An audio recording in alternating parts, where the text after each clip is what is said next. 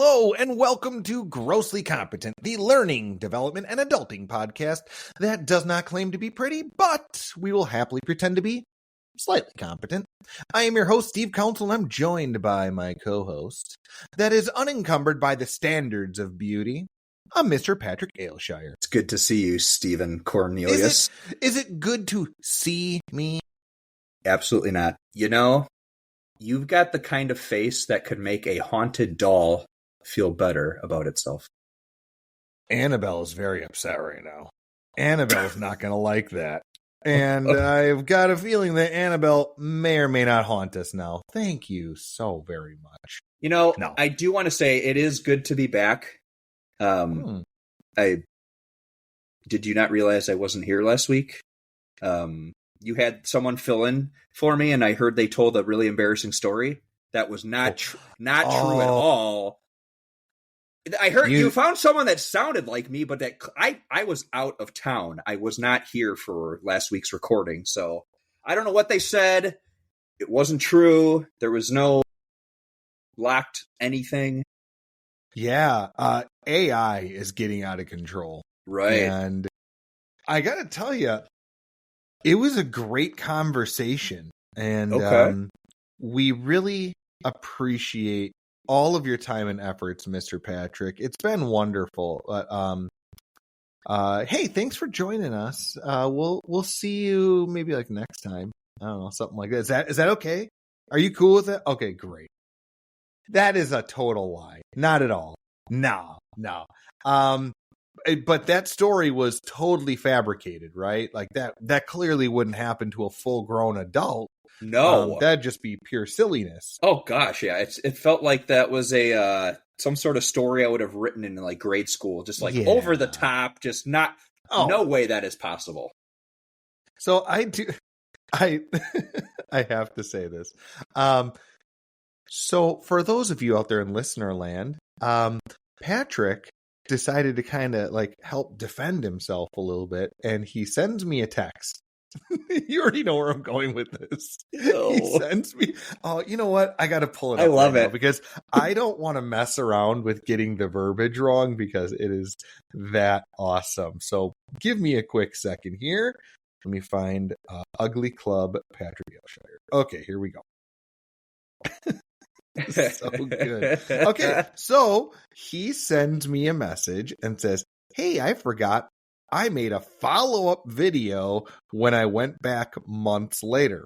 And this video is 43 seconds long and doesn't help your cause." And all I wrote was, "Oh my God, ha ha ha, that video actually makes it worse." And here's the kicker. Are you ready? I showed my wife, my son, and my daughter the video. I said, "Hey, let me know what you guys think." And immediately my daughter goes, "The door is right there." My daughter is 6. So there's that. You know what? I was actually joking with my wife and saying, "Hey, maybe if we start to elevate in Patreon, we can release that video as part of like this or the previous episode, just as something fun." Who knows? Maybe we might still do that. I'm just saying. But anyway, not that we have gone on a major tangent or anything, but folks, fellow listeners out there, we have a real schlobberknocker of a show because we are officially right now in double digits. Episode 10, baby. Can you believe it? It's unfathomable. I can't believe that we're still here. I know. It's been a minute. It's wild. It feels just like yesterday. But do you know what else is a schlobberknocker of a good time and just amazing on all fronts? Our sponsor. Dang right, it's our sponsor. Who is our sponsor, actually, now that I say that? This episode is made possible by Overthinking, proudly turning minor inconveniences into full-blown psychological documentaries since forever. Wait, did you notice how short the sponsor bit was? Like, do you think that they're mad at us? Or like, did we did something wrong? Did we do something wrong? Did we talk too much? Did we offend them in some way? They probably don't think we're good enough, or we're not going to actually get to the point of what we are trying to talk about. Is that what it is? Did you drink your overthinking syrup today? I think you might have. No, I don't think I'm a big overthinker. Maybe I am. Whatever. Well, the only thing is, like, in the morning, what you told me in the past was like when you have to put your mask on and just like the fit of it and like. Oh, well, everybody knows that feeling. Like if you put on a shirt and you're like, I'm just not feeling this shirt today. Yeah. Well, sometimes I feel like that about my mask, and that is fair. Okay. I think we can all agree. Or sometimes you put on a pair of socks, you're like, they don't fit right today. And that's okay. All right. Let's get into our topic. Folks, this is a big deal. This is episode 10. Patrick, did you ever think we were going to make it this long? It's crazy, to be honest. It feels like we just started this like 2 months ago. Wait a minute. But truthfully, it's been a very exciting journey. And I look forward to making it at least another 3 episodes. Oh, good. I don't know if you've thought about this, just because I feel like when you hit these milestones, like you come up and it's, usually it's winter time now. So you start getting into award season. So I was just wondering if we were going to get nominated for any Uglies at the Abomination Awards. If that isn't a thing, I say we make it so we can award ourselves that. And then we can put it on our site and be like, look, we are Ugly nominated. But what if we don't actually win it? But we're nominated. So that's okay. I feel like if we're going to take a page out of The Office and the Dundies, everyone at least won something or got close to that, So I think if the Abomination Awards, we'd probably win an Ugly or two. The Abomination Awards. What a treat. What an absolute treat. All right, folks, in honor of our 10th episode, the big 1-0, we can never go back. We're always going to be 2 digits or more. So we need to make this a special one. I thought it would be really fun. And interestingly enough, when Patrick and I decided that we were going to do this, I wrote up a list. And Patrick, feel free to say if I'm lying. I wrote up a list of the different topics I wanted to cover. And I specifically made it a point to say our 10th episode should be a bunch of 10 total lists, like a listicle, basically, of like between you and I of things that we like or whatever. And if you're not familiar with what a listicle is, listeners out there, that's those super wildly clickbaity, like, you'll never believe number 7 on this list of 42 things that chairs do. Like, dumb stuff like that. But we're not going to do dumb stuff like that. We're going to have some fun with it. We're going to do 10 total lists, and we're only going to cap ourselves to 3 things. For the sake of time, too. I don't want to be that guy and make you guys listen for 14 hours. But thought that would be fun. But on top of that, I thought it would be really cool if Patrick and I have our answers separated so we don't actually see what each other say. So right now, as you hear it, we're hearing each other's for the first time. So I thought this would be kind of a fun little difference, because normally we have a good idea of what we're going to talk about. Some things just happen organically, but in this case, totally just we're kind of winging it on this one. I'm learning about what Patrick's going to say at the exact same moment you are too. And we're going to include some fun things, some L&D stuff, some professionalism stuff, some adulting and whatnot. But does that sound good? Sounds great. I'm looking forward to it. Thank you. Oh, and I will promise you, I can't speak on behalf of Patrick, but I did not use ChatGPT to come up with my lists. I'm just saying, I can't speak on behalf of Patrick, but I do know that I didn't. So I'm just saying. Well, shit, man. I went to ChatGPT and said, "Teach me about myself." No, I did this all on my own. I was very excited.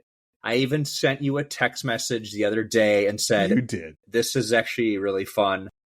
So I didn't even see your list until at all, but I saw the file. You have an extra file, and I was like, "Oh, you didn't peek." Okay, I didn't. Good. I didn't. Okay, good. But I was putting my file in the folder in the Google Drive, I was like, "Oh, Steve's got one too. He did his already. Look at him." I know. I'm kind of a big deal. Well, Patrick, would you like to start us off on this list? Yeah, let's do it. Otherwise, I'd be happy to start, and we can just go back and forth. Let's do it. We'll start with number 1, which was top 3 best condiments. All right. Do you want to say yours first, or do you want to go back and forth? We can go. What is your thought? Let's go back and forth. Let's try that for this first one. Ooh, okay. Okay. So I'll go ahead with the first one.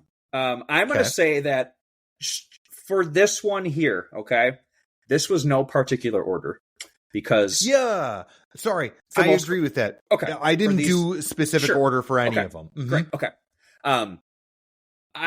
I will say that I'm not a huge condiment person. More that like it was easy for me to pick 3 because I don't have a ton of condiments that I usually go to, but I will say the first one was a little thing that is spelled in a couple different ways. It's called ketchup or catsup.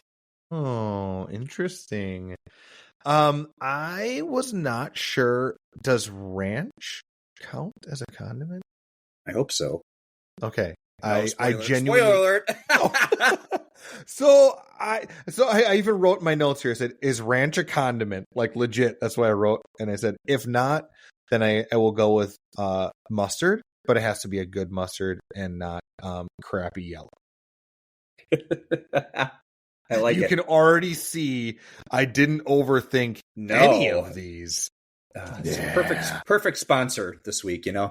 Oh my god, yes, seriously. My second so you one, had ketchup. Okay. I had ketchup, and then I went to ranch. So yes, we are counting that as a sweet a condiment.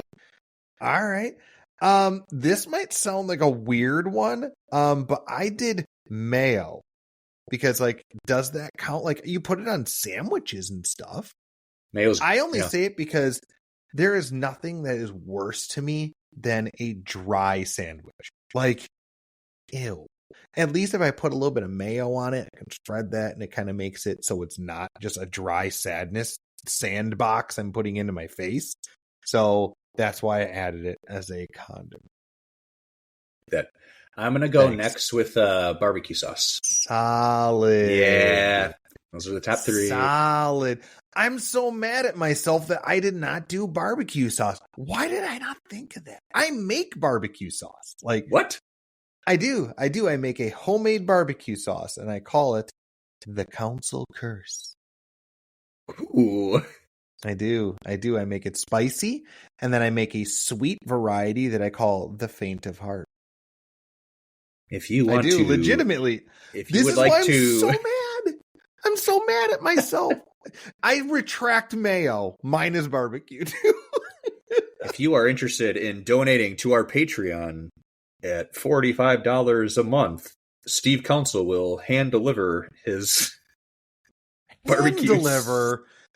And I'll UPS it. I think that sounds good. I would be happy and delighted if anybody is interested in trying some Council Curse or Faint of Heart. You just let me know, and I will see what I can do to hook you up. So there's that. And the hand delivery is only available in the continental U.S. Oh, thank goodness. I'm sorry, our Singaporean friends. As much as I would love to travel over and deliver some barbecue, it might not be so tasty by that point. Especially on your boat that you're rowing. So my last condiment is hot sauce. The hotter, the better. I am an absolute fiend for hot sauce. I can't dig. Just pour it into my mouth. Oh, I love it. Hot sauce goes on everything that I eat. everything. That's amazing. Except for like dessert. But besides that, like something that like I'm actually eating, like tonight, for example, my wife was wonderful. She made this little stir fry dinner, and I took hot sauce and I all over it. So my kids know right away. They're like, "Oh, wow, Dad's putting hot sauce on something. Water's wet." So yeah, and it's not that I think like the food it tastes bad or anything. I love that hotness. I love that. It's the best. All right. On to our second of 10. Top 3 favorite topics to train on. I did effective communications. I love training on communication stuff. I do. I love it. It's so much fun. That was also one of my choices. No way! Sweet. Effective communication. Yep. Sweet. What do you like about doing it? So the course that, and I'd like to know a little bit more about yours. The course that I facilitate for my organization is a half day. So it's 4 hours. Ooh. Yeah. So we go through, I mean, all the different types of communication, your verbal, your nonverbal, your paraverbal, cool. Active listening. What? We get in. Eyes up here, Stephen. Love it. We talk about defensiveness. We talk about just a lot of good stuff, and there's some really good videos that we play. Just some quick, like there's like 2 or 3, some quick little 2-minute videos that help us draw the point back in that we were talking about. And it's very cool. The activities that we have in those sessions. It's fun. The participants seem to really enjoy it, and I would say, wow, this is lame, but it's effective. I mean, we get really good feedback, and I think people do walk away with quite a bit of better understanding than the one they came in. That's awesome. I love all of that, like getting into like digging deep into what is communication, because you're right, that is such a fluid abstract. Like, what is air? Like, what? It's cool. I love that. That's really cool. And I think you touching on those different things, what a great idea. When I do effective communications, I guess for starters, it depends upon what type of level that I'm training it on. Yeah. But my favorite way to go about it is almost from a scientific / social perspective. So what I'll often do is I will use models of communication, like where I'll show the sender transmitting a message, hits receiver, that's encoded, and the feedback is sent back to the sender, and they get this kind of a spiral. Within the middle, you have like noise and influences and things like that, because it's a very relatable thing to kind of get this understanding of when you're speaking to somebody, you need to make sure that you're on the same level. So you have to have that balance in the communication itself. And when things happen where you're not balanced, you tend to fill in the gaps with understanding. And sometimes that's where miscommunications will take place. And often what I'll use as an example is like when you're speaking to somebody that is much younger or much older than you. Like I usually pick on my son, where I'll be like, I am not going to speak to my son in the same way that I'm going to speak to a 25-year-old. My son's going to talk to me like throwing me random slang or whatever. Like, you're sus, Dad. Like, all right, cool, brah. Whatever, 6, 7, or, whatever. Like, he'll say all that random stuff to me. But he's going to talk to his friends in a different way that he talks to me. Just like I'm going to speak differently to him than I would a 25, 30, 40-year-old. And that's because we need to balance that communication in a way that we can both align and it makes sense. So I like looking at it from like that scientific perspective of there's an actual methodology to it, but then looking at it from a social perspective in fun ways. Like when you get a text that's all in caps, like, why are you yelling at me? And that's noise. That's a distraction from the real message. or how sarcasm fits into things. Like, I'm already nerding out right now. Like, you can see, and I think you agree that there's so much depth to that specific topic. I think that's why I love it so much. I feel like that would be a good episode all on its own, just to kind of take a deep dive into that, because that's not just for learning and development specialists and presenters. That's for anybody. It's a great course to great content, great topic to really unpack. I love it. Yeah. We should absolutely, after this, I'll make sure I list it on our topics page. Perfect. So that's great. Yeah. Cool. Hell yeah. Right, so how about you? Oh, is it me again? Because I had effective communication. Oh, we don't go back to you? Oh, right. Oh, yes. Let's see what's here. I have generational leadership, which I know is also near and dear to your heart, or just talking about the differences of the generations in the workplace. I think it's a fascinating topic. And based on your looks, I have a feeling it is on yours too. I wrote the phrase bridging the gap in the multi-generational workforce. Dude, this is so savage. That's so awesome. No way. Same way. Yeah, same thing. It's something we've kind of rolled out within the last year and a half or so. Yeah. And it's such a cool topic just because you do truly have 4, possibly, depends on what industry, possibly 5 generations in the workplace.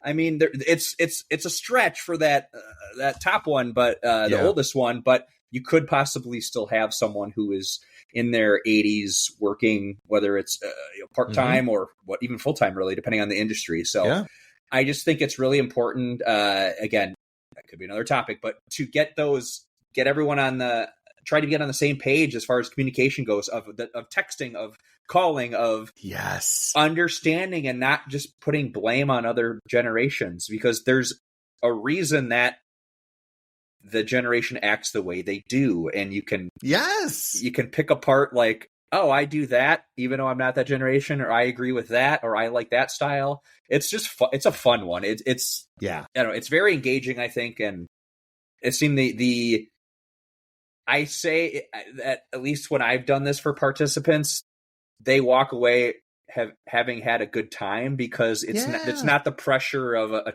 maybe a typical training where it's okay, I have to walk away with I don't know, you just learn a little bit more about one another. Yeah, I think between the two that we've already talked about, the effective communications and generational leadership, bridging the gaps, whatever you want to call it, everyone can relate to it. Yeah. Because no matter what you do in life, whether you are, honestly, I don't care if you're a stay-at-home parent, you still need to abide by those systems. You need to be able to communicate. You need to be able to work with different generations. I don't care if it's you're going to the grocery store or you're working with somebody outside of the professional atmosphere. You have to have that way of aligning and getting a better understanding of where are they coming from. And I think just giving ourselves a little bit of grace too, and other individuals that, okay, I'm not perfect, nor are they. Can we stop with the name calling and the finger pointing? Can we just all be adults here? One of my favorite things is to say in the generational workforce training is when people start saying, Gen Z, right? Oh, I said this one time, and it kind of was a light bulb went off for them, and I said, those are your children. Yes. So they're like, oh yeah, that's what used to drive me nuts. You raised them that way. Yes. That's what used to drive me nuts when I would hear a baby boomer that would make a comment about millennials and their participation trophies. Dude, who made those? Come on, man. Stop it. And besides, that is such a fallacy. Not everyone receives participation. Get off my lawn, man. Stop it. That's ridiculous. It's such a cliched BS statement. It is. Well, so yours is also Yes. Okay. Well, then I guess I will. I'll say my last one. I will be wildly impressed if you have the same one. Influence. I love training on the topic of influence when it comes to leaders, especially emergent leaders. How do they gain influence? How do they use it as capital in the professional atmosphere? How do they hold themselves accountable for the influence that they present? Just kind of a fascinating topic. How about you? What was your last? That is not mine. However, I will make a quick point though, and this is the absolute truth. You're aware that I am getting certified. I'm doing an online certification course through Daniel Goleman in emotional intelligence. I actually don't know if I knew that. Okay. So yeah, I'm sorry. That's awesome. Yeah, I'm taking a 12-week course through Daniel Goleman and Keystone Media, I believe it's called. I am a little over halfway through, but there's 12 different like segments of emotional intelligence, and the one I'm on this week is influence. No, wow.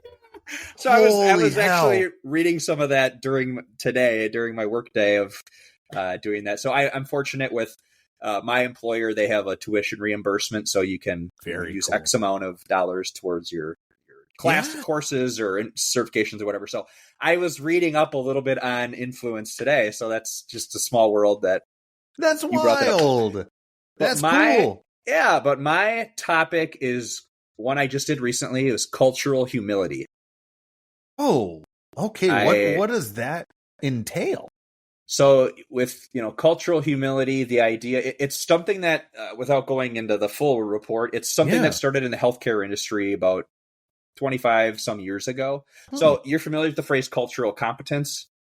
Yes. Essentially learning as much as you can about different cultures, different people in your organization, or in like the healthcare setting, it was your clients or it could be your customers. That's competence, trying to learn as much as you can. Well, trying to steer a little way. Cultural competence is good, but the idea of the humility is more on a personal level. You're not going to try to learn everything you can about.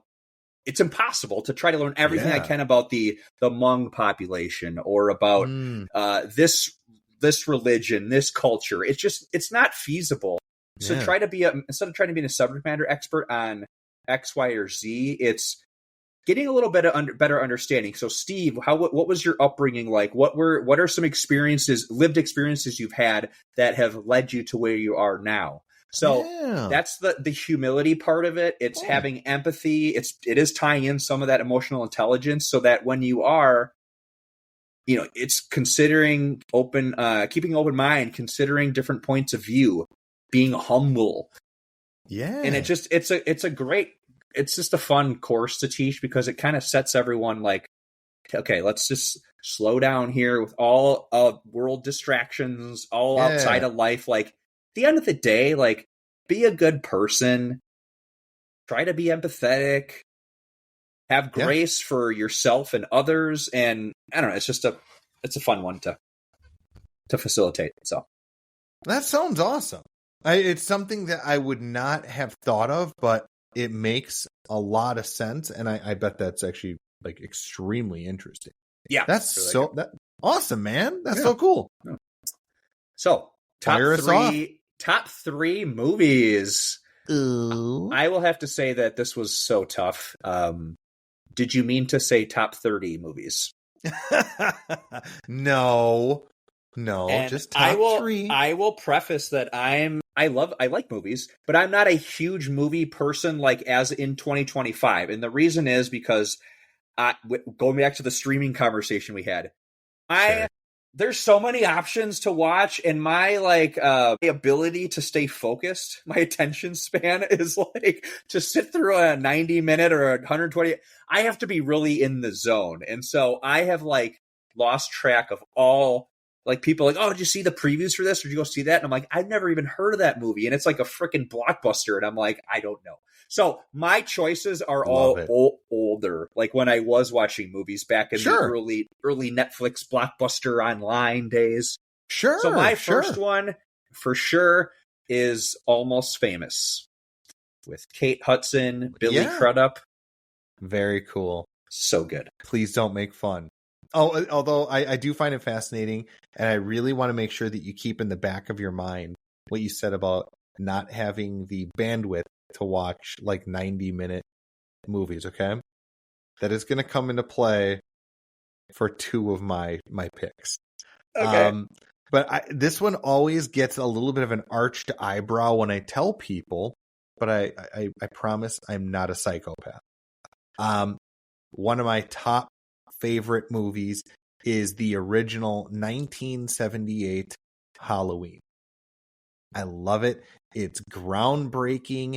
It was the first of its kind, and I specifically love watching it because it was such an indie movie. There are so many mistakes that you can spot so easily through the entire movie, and I love it because it's become this cultural phenomenon, right? Like everybody's familiar with the Michael Myers mask and whatnot.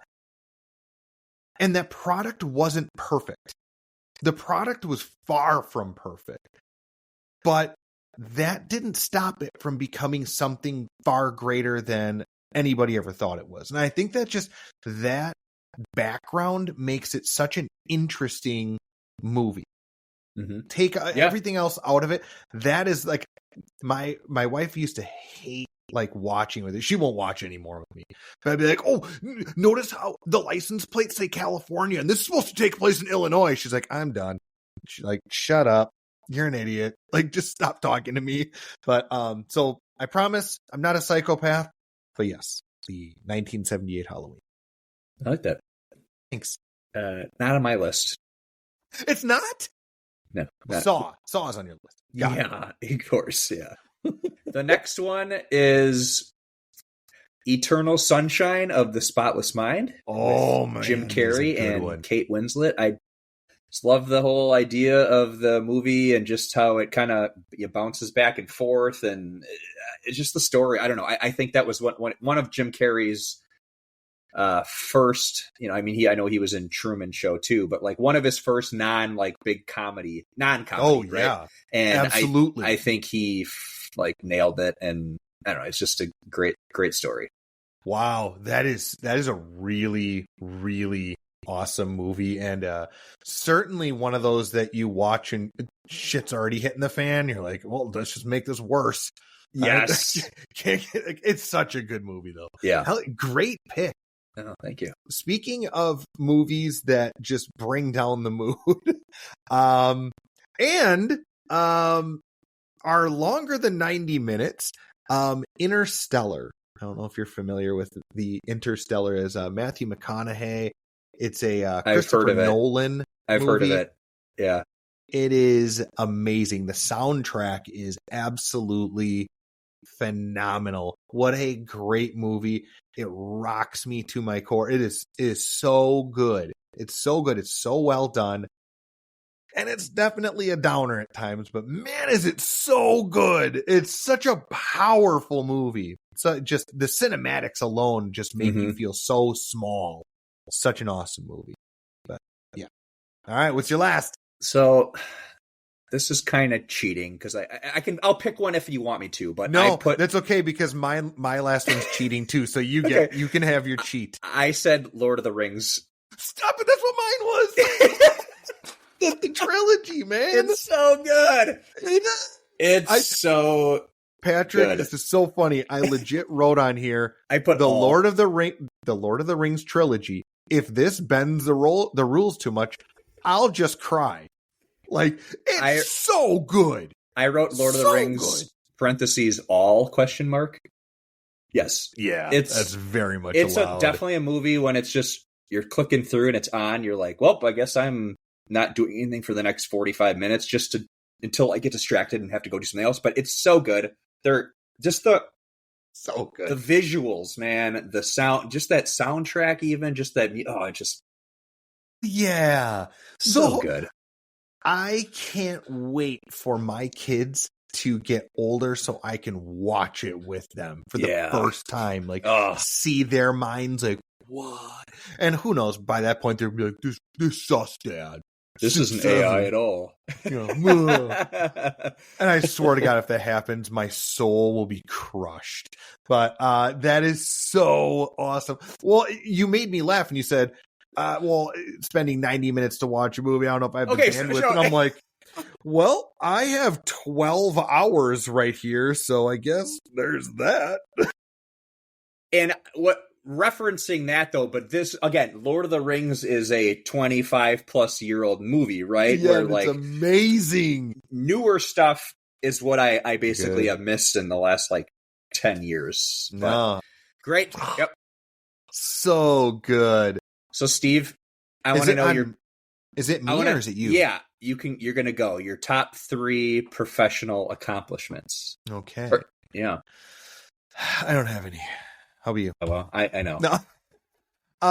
What my top 3? One of mine is I was able to build a field training program that a very large organization has adopted, and it is continued to be used today.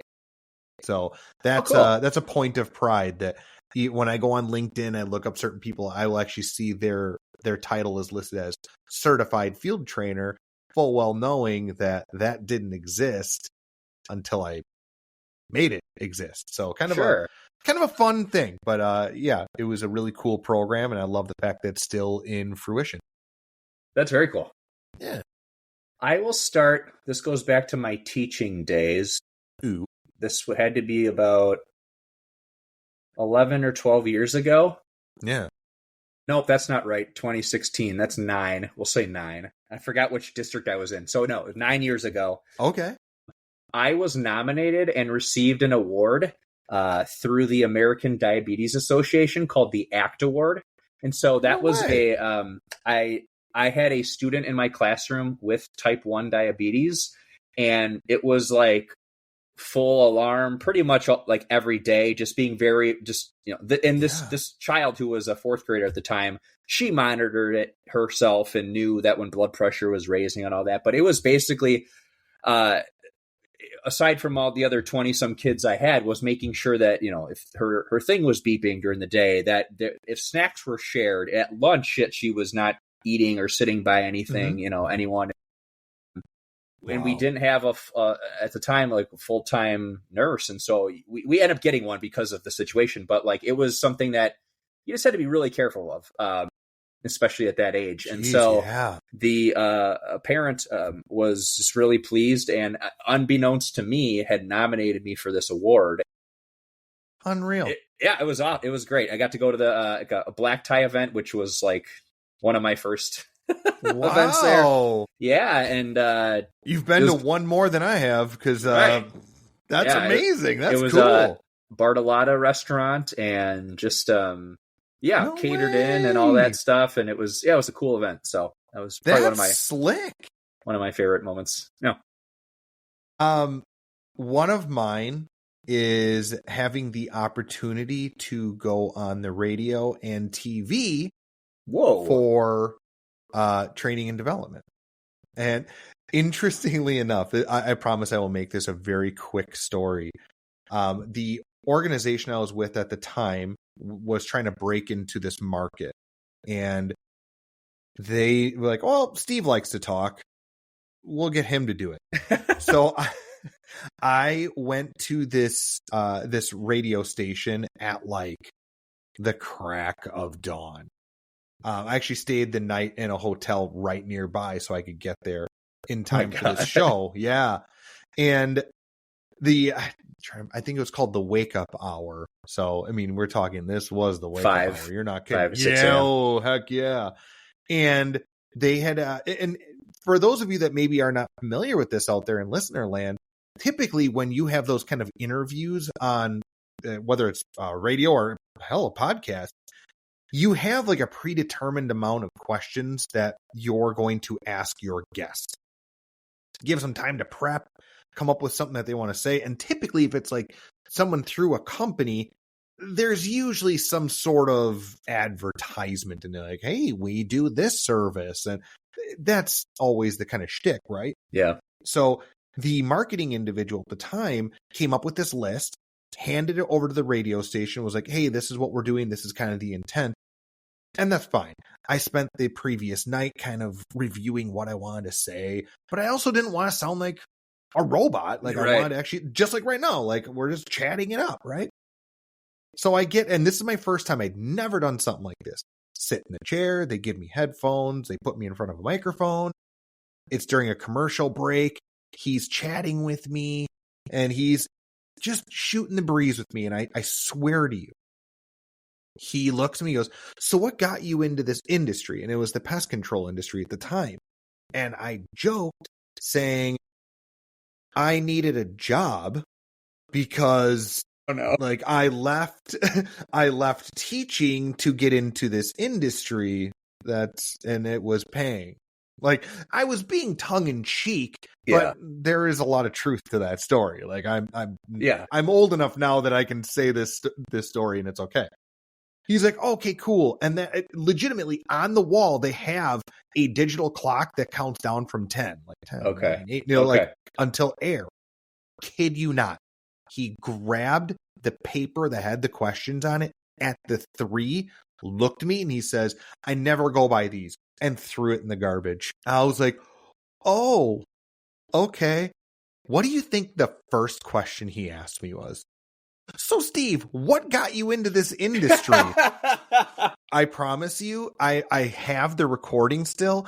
I'm like, oh, it was a Cinderella story. I don't know. It's a great industry. And I'm like staring at him like, you son of a bitch. Oh my God. I can't believe you did that to me. The rest of the interview went completely fine, but yeah, it was like a half an hour interview. Like, dude, are you kidding me? Oh God. Yeah, legit. I swear to you, that is 1000% true. God in heaven. Actually, if memory serves me right, the recording for that might be on my LinkedIn profile. Like I might still have it on there. It was a SoundCloud thing. I'll have to see if I can find it. But yeah, that's amazing. Wild. So there's that. How about you? My next one was when I worked in manufacturing. This was the first corporate job, we'll say, outside of teaching. And I designed their training program from the ground up. Dang, nice. And we had a lot of temp to hire positions. And so when I started, their retention rate for that temp to hire entry level position was 9%. So that's 9% of the employees making it to 90 days. Okay. By the time it took me about a year to design the program to where we wanted it to go. And then once we basically made it into a full week of training. And we, in 6 months, we got it up to 19%. So we more than doubled. And then that's a huge accomplishment. Yeah, it was great. And then, when we hit that 19% mark, a month later was COVID and they let everybody go. So your accomplishment is COVID? Oh, that's such a shame, but hey, you wear that with a badge of honor. Going from 9 to 19% might not sound like a heck of a lot to some of you folks out there, but I can assure you that is a big deal. That is awesome. That's a conversation in and of itself. That's really cool. Good for you, man. Yeah, thanks. I think you'll appreciate my last one here, and that is I love it when folks will come up to me years later and tell me that they still remember something that I taught them, whether it's in a class or with a company I was with, being like, hey, I remember you did that one class and you said this. Like, I still remember that. I can't tell you how good that makes me feel. Like that really is a professional accomplishment that I hold near and dear to my heart. Very cool. I like that. Yeah. That was kind of like that story, like the guy that walked up to me at the gym I was telling you about. Yes! I remember you from Potawatomi. And then I love that. And I was like, how's it going? I got fired. I'm so glad I taught you so much. Don't touch those machines. Don't touch those machines. My last one was just something. It's cool. I mean, it's not a. Well, it's actually something you'd put on the resume, but it's not something I'm like, oh my God, it's so awesome. But I designed a coffee club at my place of employment. So we do That's awesome. it is diversity, equity, inclusion themed. So we do it twice a month. Bi-monthly, every other month, usually on the first like Friday of those alternate months. It's just a fun way to, we get about, it's now hour long. You get, 15 to 20 employees come in. They already know the topic ahead of time. I'll do a 5-minute little intro about what we're going to talk about. And then we just go into breakout rooms and just That's awesome. Talk about the questions I provided. And it's just a nice way to bring in the whole, vision of our employer and the values and talk about that topic and how we can continue to move forward. And it's just a fun way to, and that was the first one that we had at our employer. So I was pretty proud awesome. of that. That is cool, man. All right. You, top 3 best foods. What's your first one? Me? Oh, you want me to go on this one? Yeah. Or I can't remember. I honestly, I can't remember. Avocados. Basically because I love guac. I do. Like I love it. I know. I'm the stereotype of millennials eating avocado toast. Like that. I love avocados. With your pinky up. Obviously, that's why I can't afford things.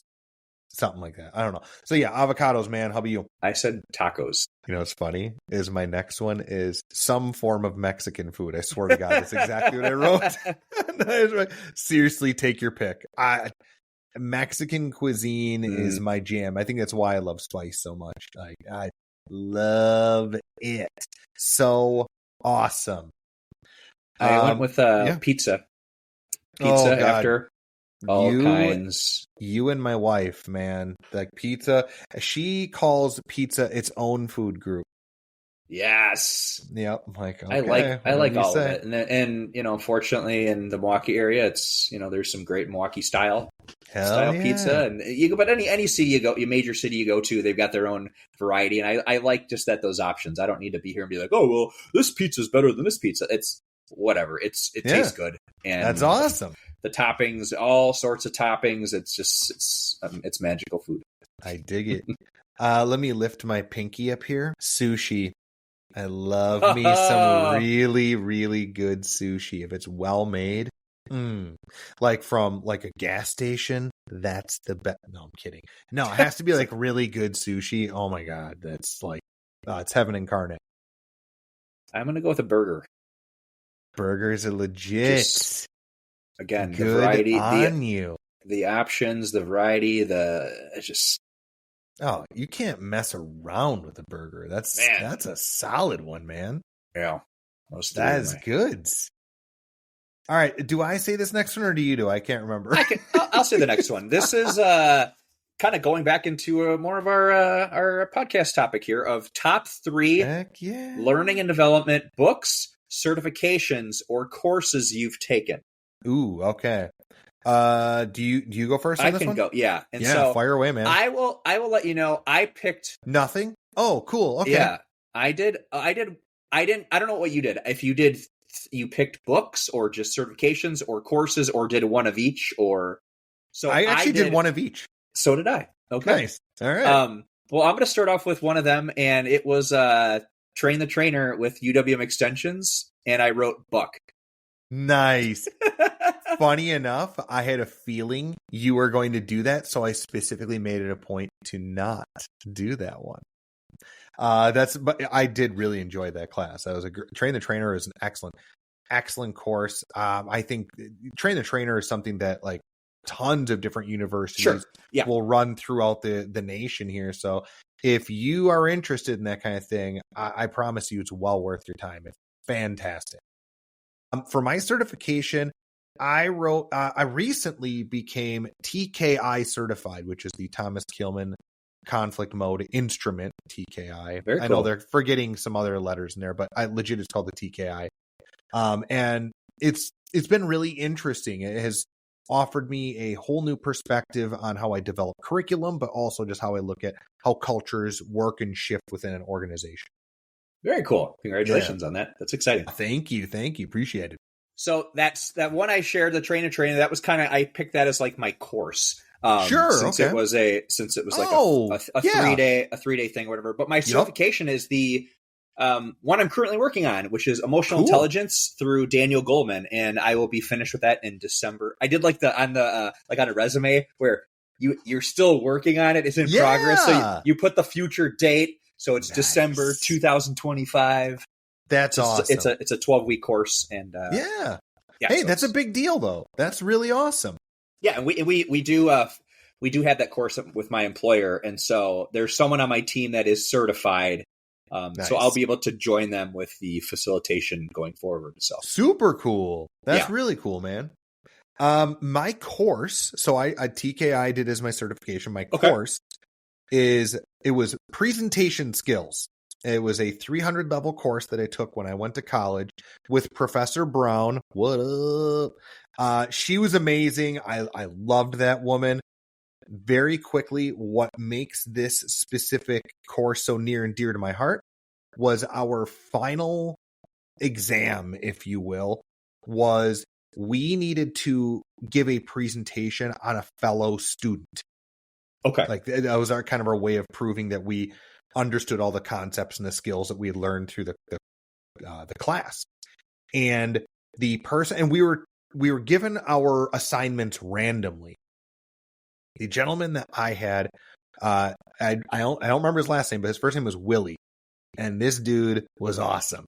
He always, and I mean always, every single class, 3 days a week, Monday, Wednesday, Friday, he would show up anywhere between 10 to 15 minutes late. Every single class. And it's just a super genuinely nice dude. Really just, he had a really fun way of how he would present. He almost reminded me of like a Marshawn Lynch, where you're like, I just love this guy. Like, sure. Just though his delivery was so deadpan, but also genuine. I don't know. He was a great dude. Well, my presentation I thought would be funny to talk about how he is a genius compared to all of us. And I broke down the amount of time that he actually like skipped in class. Like, okay, so if he missed 10 minutes every single week, that's 30 minutes, which equated out to like so many classes. And like, so it was all tongue in cheek. Like it was meant to be fun. He did not find it like funny. That. No. Yeah. I even got him a plaque and everything. Oh my God. And my whole joke was saying like, we all paid the same amount for the credits of this course, but Willie got the best deal because he paid and he didn't even have to be here for X amount of time.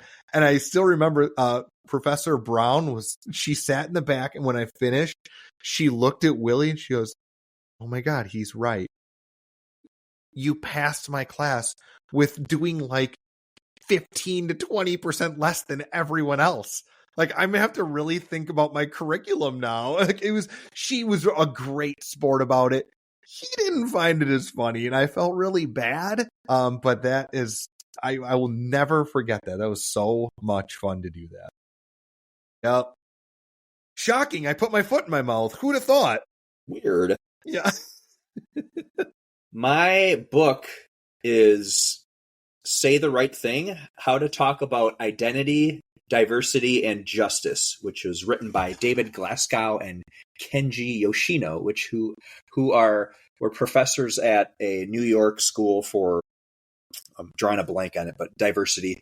And Very so cool. Just a really good book. And I did design a training based on that book. Nice. And that's so it was wild. It's really good because it was for the general public employees essentially. Yeah. So it wasn't like you read a lot of some of these books in that genre where it's just so over the top and hard to follow. This was basically break it down. Like, what are some tricky conversations? How can you have them? How do you become empathetic? And that's cool. Yeah, I really liked it. Nice. I'll have to check that one out. I'm not familiar, so I will definitely take a look at that. I kind of cheated on this last one. So it is a book, kinda. It's more of a commencement speech that was turned into a book. It is called This Is Water by David Foster Wallace. It takes all of about 15 to 20 minutes to read. But it is incredible. You can actually just go right onto YouTube if you feel so inclined and just, this is Water David Foster Wallace, and you can listen to him give this commencement speech. Amazing. I cannot speak more highly of it. It is an incredible listen. Highly recommended to anybody. Yeah.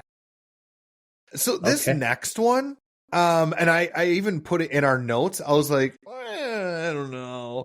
I labeled it as top 3 things you'd rescue in a fire. And then I was like, well, we can always change this one if you want. This is the one that I wasn't sure of the most. But yeah, do I go first on this one? Yeah, you can go ahead. I am actually going to condense all of mine into one because they all feel very similar. Keepsakes of my kids and with my wife and I. And I even wrote for my third one, I'm not entirely sure there's anything else I'd really grab because to me, it's all replaceable. But the keepsakes kind of stuff, that's you can't get those things back. Specifically, like for my kids, the certificates that they got when they were in the hospital, that kind of that's the stuff that I would want to keep. I can get different documents from the government, but that kind of stuff I can't get back. Well, I did some overthinking and was like, well, how many am I coming back? Is this one fell swoop, or am I coming back into the building? Or I mean, I live on the 12th floor, so this is like not great, right? And I also, of course, when I first answered this, and I was like, well, that's not really a thing, but okay. So the first and foremost the way you worded that question, I was like, okay, well, clearly, like you wouldn't write down your family because that's an obvious, like they'd be outside with me, right? Right? No, you did write specifically. I would just take the keepsakes of my kids and wife. Like, no, fend for yourself. Sure. No, so obviously I'm kidding. So with that, why I stated that is that I actually wrote Callie, my dog. So just because of like, it's the dog. It's not like, if it was a human, it was like, we got to go, but she wouldn't know any better. Like, hey, the building's on fire. We have to go. Come on, sport. Yeah, let's go. So I wrote that, and then again, this was so difficult because it's like it's stuff, right? So I put, but I figured if it was like, the building was burning down, and I had some like we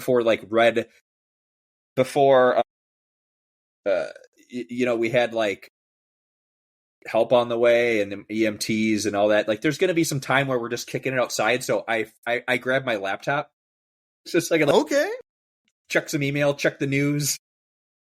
I don't know. And then snap! Wow. I read, and then I also I keep saying that. I also wrote guitar. Oh, okay. Just so I could play music for everyone. Like, it's not so bad here. I hope you grabbed your shit. I like how you and I both didn't say mask. We're like, that we can replace. We can replace our masks. They would be glued onto my face, I figured. If I was going to go out in public, I would probably have it on already. So, no, you didn't say it doesn't count. But really, though, it's probably, sadly, I'd probably have my phone. But that would already be in my pocket, so I don't know if I would be grabbing that. I mean, that's just like... That's a really good point. And sadly, but... Yeah. My wallet. That's my third one. Yeah. There you go. You know what? I know. I'd grab my car keys because I'd be like, hey, get the fuck out of here. This building's going to fall over, and I want to be in my car and get out. I love it. Steve, top 3 skills that you bring into learning and development. All right. I'm going to go through these boom, boom, boom, because I noticed that we're going long on this one. I love developing strategies. I'm a strategy nerd. I like making things relatable. I feel like the more simple things can be, it's far more digestible. I don't like it when it's just like weird abstraction. Dude, just if I want somebody to sound super smart, I'll listen to like Stephen Hawking. Like, my God, man. And the public speaking part. I think you agree with that. Like, you definitely embody that too, that we like talking in front of groups. We like getting to know people. It's fun, and it's as weird as it sounds, it's something that energizes me. How about you? Right on. Yep. So I had facilitation or public speaking as that one. Nice. I wrote curriculum design. I do enjoy putting some I would curriculum label together. that as strategy. Yeah, curriculum design, absolutely, man. Yeah. And then I wrote the last one I wrote was a two part, but I've already stated these words already today a couple times, but I wrote empathy and emotional intelligence. So I think that as far as horrible. Yeah, as far as being a L&D specialist, I think you need to bring those in because of just all the different topics that we talk about, and I think it's just a good character. Empathy, especially. Trait. Yeah, empathy, especially, man. I totally agree with that. Top. Is it you or is it me? I'll go. Sorry. Top 3 favorite podcasts beyond Grossly Competent. Yeah, because otherwise I was just going to list grossly, and grossly. Yeah, right. No, all right. I started off the last one. You tell me what you got. I've got Conan O'Brien Needs a Friend. Which is good fantastic. One. Good. So many good interviews on there, and you need a good laugh. That's the one to go to. Oh, yeah. I also wrote down it's 2-part for this one. Either the Sober Awkward podcast or Happiest Sober, and those are both obviously in the sober realm. But Sober Awkward is is 2 individuals from Australia, and it's the funniest flipping podcast because they basically talk about everything and anything, and they tie it into why you don't need to drink for that. And it's just great. It's embarrassing stories. It's awesome. And one of the hosts who has been on the show for a few years now, he started as a host when one of them left, and the original host was like, hey, who's still on there now, but one of the original hosts said basically, I'd like you to be my co-host. However, you need to, his agreement was that he wasn't going to drink for a year, because she's like, I don't want you on my sober podcast if you're going to be someone who consumes alcohol. It just doesn't align with my values. Sure. And he still doesn't drink, and it's been like 3 or 4 years now. So wow, that's pretty wild. Yeah, he just was like, forgive me, what was the name of it again? Sober Awkward. Sober Awkward. Yeah. Okay, cool. And then Happiest Sober was my other /one, and that is someone I've actually interviewed on another podcast I have. Her name is Madeline from Toronto, and she's just got super friendly and bubbly person, and just so nice, and she has a great podcast of just talking about all things that's awesome. Sobriety. So, and then lastly, real quick, my last one was stuff you should know. Stuff you should know. Okay. It's been around literally probably like 15 years before like podcasts were a podcast. And these 2 gentlemen really like dry sense of humor, but you can learn about anything. And it's good. They've had so many, they've had hundreds and hundreds of episodes. I don't keep up, but they've got some really solid ones that you want to just learn about buttons, or you want to learn about Central Park, or you want to learn about water. And they do research, and then they tell it in a fun way. That's awesome. Yeah, I love that. So my 3, number 1, I love Smartless. If you're not familiar, that's the Will Arnett, Jason Bateman, Sean Hayes.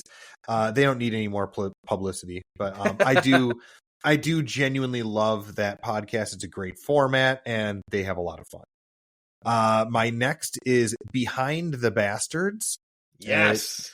It's a great podcast. It's very well researched. I do also fully understand that it caters to a very specific demographic, so it may or may not be your cup of tea, but it is really, really fun. They do a phenomenal 6-part series on Vince McMahon. That's the one. That's the one I've watched. That's the word listened to. So good, so good.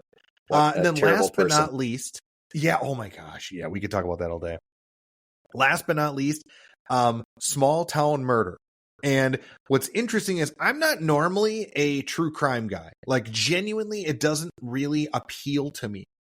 This podcast makes me care because the 2 guys that run this are awesome. They crack me up, and they have coined one of my favorite phrases I've ever heard in any podcast, and they've kind of like added it as part of their routine is, we hope you find our ignorance charming.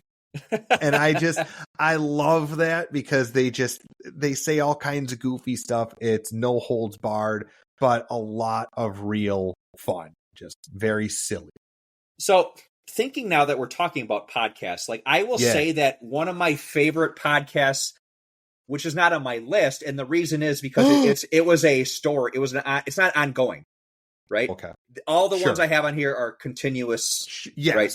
Mm-hmm. But the documentary or whatever I guess you call this is called S Town, which stands for Shit Town, and it's Steve. You have to listen to it. It's about this guy that was like an expert. God, he like worked on clocks, and he lived in this town which had like really sketchy police, and there was this whole story that unravels with it, and it was like a journal, like a story that was the podcast was a journalist, and he basically went and interviewed this guy, and that's kind of where the whole story takes place. And it's a few years old, but it's my favorite podcast I've ever heard. It's like 6 episodes. Oh, wow. Amazing. That's awesome. Yeah. All right, man. We're at the end. We are. Top 3 topics that you would like us to cover in a future episode of Grossly Competent. All right. I'll start. Start us off, man. Work from home versus office. Oh, man, that's a good one. Yes, we can definitely do that. That's a great one. Yeah. Solid. Do you just want to go through all 3, or do you want to go back and forth? Let's go back and forth. Okay. I know I mentioned it earlier, but I would like to do a episode on This Is Water. I like it. Like what is water, but that's gonna be one of our sponsors. Okay, we don't want to take away there. But geez, you can't double dip. I wrote something we talked about earlier too. Both of us did. Multi-generational workforce. I think that would be a fun. We already talked about how we're going to make it an episode, but I think that was what I wrote. Yeah, that's my number 2. That's so funny. Legit. I wrote that. Yep. Multi-generational leadership or generations in the workplace. Sure. Exactly that. That's awesome. All right. What's your last one then?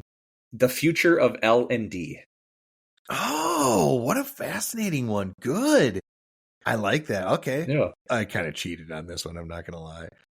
I want to make more fun of LinkedIn influencers. I'm sorry. It's an epidemic. Like, this is, oh my gosh. I feel like every time I go onto that site, I'm like, you guys just need to get bopped on the nose. This is ridiculous, you guys. So that's where I stand. We need to make fun of LinkedIn influencers more. That's where I stand, man. I'm a fan. Well, I think now is a time for a little spinnerooski. Yes. Spinnerooski. I love that. Ever since you said that the other day, I was like, okay, I'm not calling it the Wheel of Dedication. You're right. It's the spinnerooski. Let's find out if this is the woman that you and I owe our sincere gratitude towards that helped us make the Ugly Club possible. All right. Here is the Spinnerooski. Yeah, no Wheel of Dedication this time. It is the Spinnerooski. Let's do it. Yeah, fire off. Where are we going? Ooh. Victoria. Let me be the second to say thank you so much for everything you've given us. Thank you for living rent-free in our heads. I hope you are wonderful, and I hope you haven't missed boomers too much. No, seriously, thank you. That's awesome. Victoria. That's great. I actually recently I worked with a Victoria, and she was absolutely wonderful. Just a wonderful person. So, yep. But it was definitely not her at Boomers that fateful evening. So, but thank you, Victoria, so much. You are a delight. And, well, folks, I hope you had as much fun as Patrick and I did. This was, I had a great time with this. I hope you guys did too. Thank you all so much for joining us on Grossly Competent. I'm going to give the call out to all of you. Do you agree with any of our top 10 lists or any of our 10 top lists? Excuse me. Are there specific topics that you'd like to hear us do on the show? Is there something you would like us to say or do or whatever? Just shout it out. Let us know. Be clear. Tell us what you need. And if you also think that you would like to support us in some possible way, let me tell you all the fun ways that you can do that. You can take a moment and subscribe, follow, or give a 5-star review on Apple Podcasts or Spotify. Tell your friends, family, coworkers, or the really super awesome, extra, mega cool learning and development person at your company all about this podcast. You can give us a shout out on our socials. Feel free to, if we're on it, we will respond. You can email us. You can actually email us at grosslycompetent@gmail.com. You can visit us on Patreon at patreon.com/grosslycompetent. Or you can visit us on Buzzsprout, which is where we host this lovely podcast, at grosslycompetent.buzzsprout.com. And there you can become an active member and supporter. You can even on that website send us a text to the podcast and we'll see it. And then we post it on the website and it's just wild and awesome stuff. It's called fan mail. So feel free, send us all that awesome stuff. This specific week, I would like to give a shout out to Naya Martinez from Virginia. So she is somebody that actually, interestingly enough, had reached out to me on LinkedIn. We had a lovely conversation and she introduced herself and a little bit about her company, Innovative Global Learning Solutions. See, I'm even giving a shout out because I'm just such a great person. No, I'm kidding. No, she was seriously lovely. But what I thought was really great is she said that she was going to listen to the show and that she was enjoying it. So thank you so much for the support. We appreciate you. You are wonderful. And we appreciate every single one of you out there in listener land. You're amazing. Any form of support that you can provide means the world to us. Hell yeah. I figure you can cut into that if you want. Nope. Yeah. Okay, I had to take a drink. We can always Anyway. if you ever want to, just going forward, if you want to split this last part up just to I can always I can go you to want to do go, some, I do some. I can go blue halfway down to say you can visit us on Patreon or you can email us. Hell yeah. Hey, do you want to do that? Do you want to try it out now? Next week. Okay. You are cutting this part, right? Please God. Yes. Thank you. All right. I'm going to repeat and we appreciate all of you. Okay. And we appreciate all of you. Any form of support you can provide, it means the world to us. This is truly a labor of love, and we love bringing it to you each and every week. So all the support genuinely means the world of a difference to us.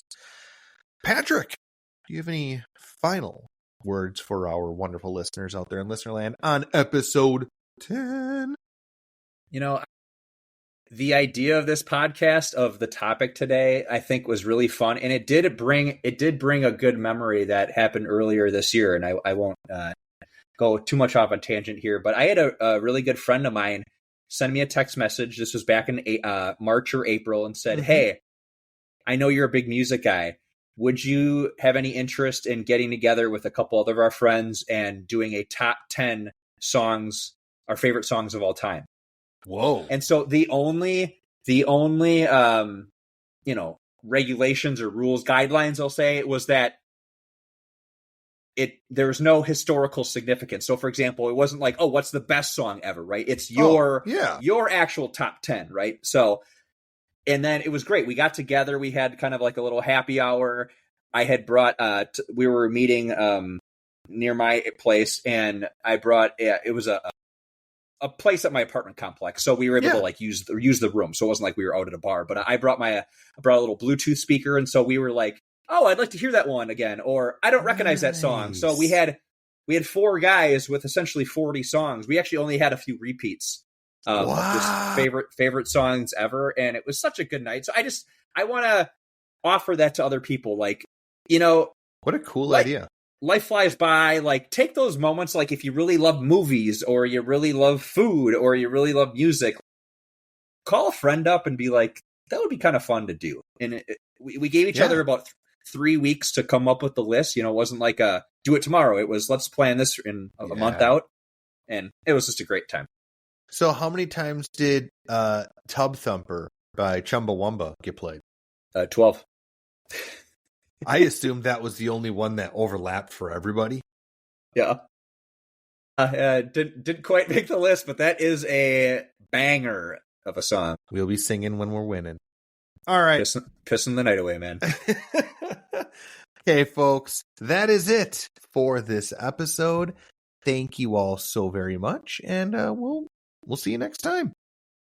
Ugly out.